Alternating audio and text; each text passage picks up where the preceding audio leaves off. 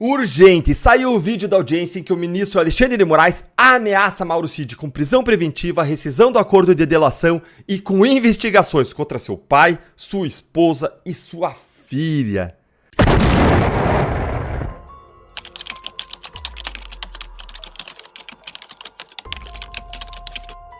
O melhor canal de cortes do Brasil.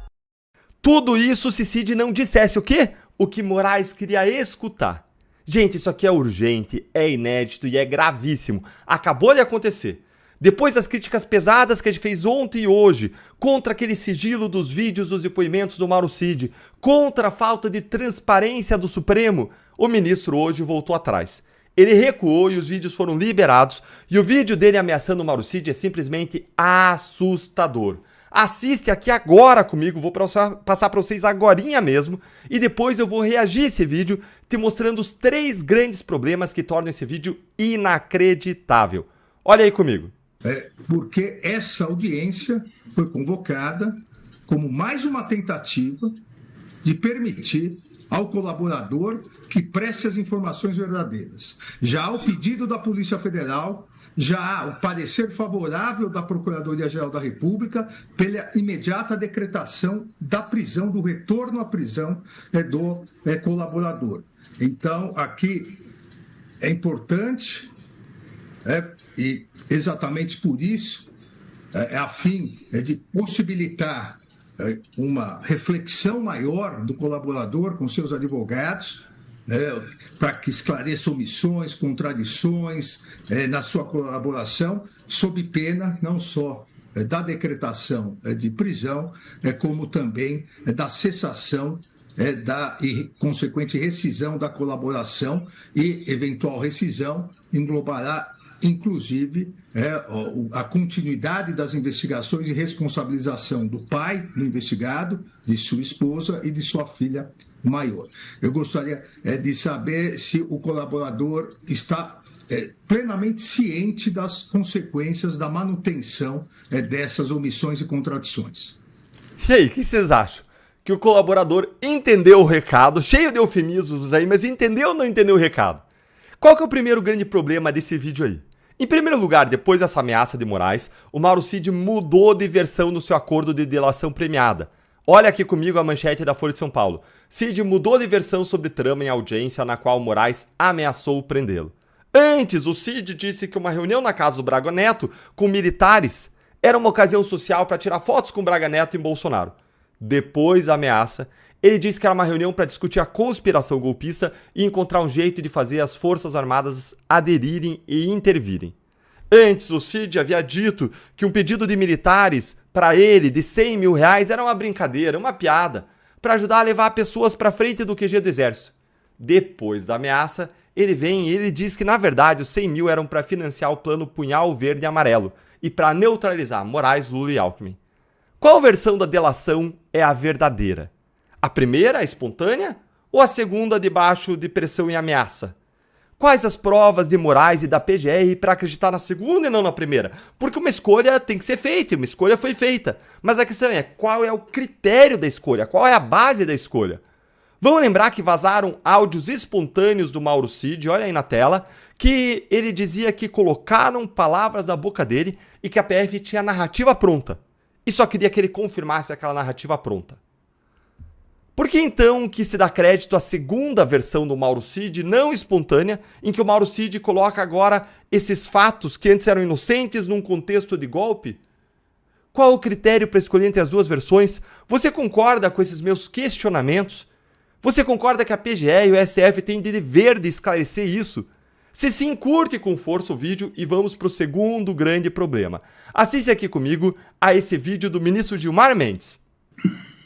As pessoas só eram soltas, ministro Fachin, liberadas depois de confessarem e fazer acordo de leniência. Isto é uma vergonha e nós não podemos ter esse tipo de ônus. Coisa de pervertidos. Claramente se tratava de prática de tortura. Porque as pessoas só eram soltas, ministro Fachin, liberadas depois de confessarem e fazer acordo de leniência. Isto é uma vergonha e nós não podemos ter esse tipo de ônus. coisa de pervertidos. Claramente se tratava de prática de tortura. Gente, passei até 2 vezes aí porque é absurdo demais. Um comportamento da Lava Jato 1000 vezes mais leve do que o do ministro Alexandre de Moraes foi descrito lá atrás pelo Gilmar Mendes durante toda a Lava Jato como prática de tortura. Coisa de pervertidos. Gente, algo 1000 vezes menos grave do que o Alexandre de Moraes fez. Dias Toffoli chamava isso de pau de arara do século XXI. Você lembra dessa? Os advogados do Prerrogativas diziam que o que existia na Lava Jato era prender para delatar, isso era tortura. E aí? Isso que o Moraes fez é tortura ou não, ministro Gilmar Mendes?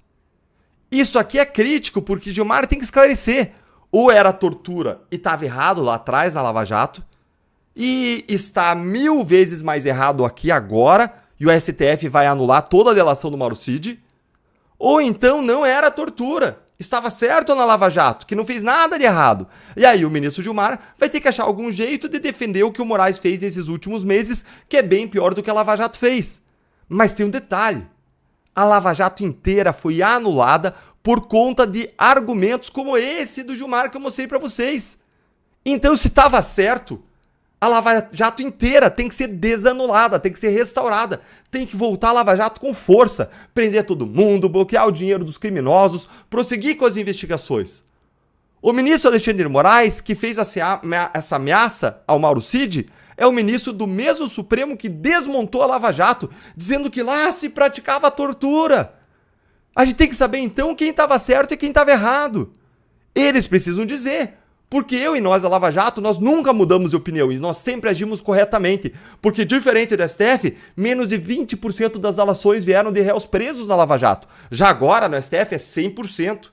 E mais, vários presos na Lava Jato ficaram presos mesmo depois de delatar. Já no STF, não, é diferente. Delatou, soltou.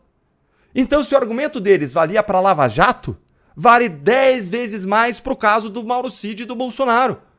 Nós, da Lava Jato, sempre dissemos que fizemos tudo corretamente, segundo a lei, que nunca houve tortura. Mas agora, quem dizia que tinha tortura é que tem que se pronunciar se o que o Moraes faz também é tortura, já que o que ele faz é 10 vezes pior. Você concorda? Então curte o vídeo para voz da nossa indignação chegar mais longe. E o terceiro grande problema, qual que é? Gente, o Moraes está pedindo para o Cid confessar um plano em que o Moraes era a própria vítima. O Moraes era a própria vítima do plano Punhal Verde e Amarelo, que foi objeto da mudança de versão do Mauro Cid. Ou seja, o Moraes está ameaçando prender o delator se o delator não confessar o plano para matar o próprio Moraes. Isso é surreal. O impedimento, a suspeição do Moraes são mais do que claras. Isso reforça esse absurdo. É como o cara que foi roubado chegar no fórum, na hora do julgamento, ele pede licença para o juiz, diz sai aí do banco de juiz, senta na cadeira do juiz e dá a sentença. Não tem qualquer coisa que lembre imparcialidade aí. E aí eles anularam a Lava Jato, porque o Moro que era suspeito, que era parcial, né? Veja a hipocrisia deles. Você concorda comigo? Então curte o vídeo e presta atenção aqui, os métodos da Lava Jato nunca foram ilegais, diferente do que está acontecendo agora, e isso está provado agora, mais uma vez com essa hipocrisia suprema. Brasil acima de tudo, Deus acima de todos.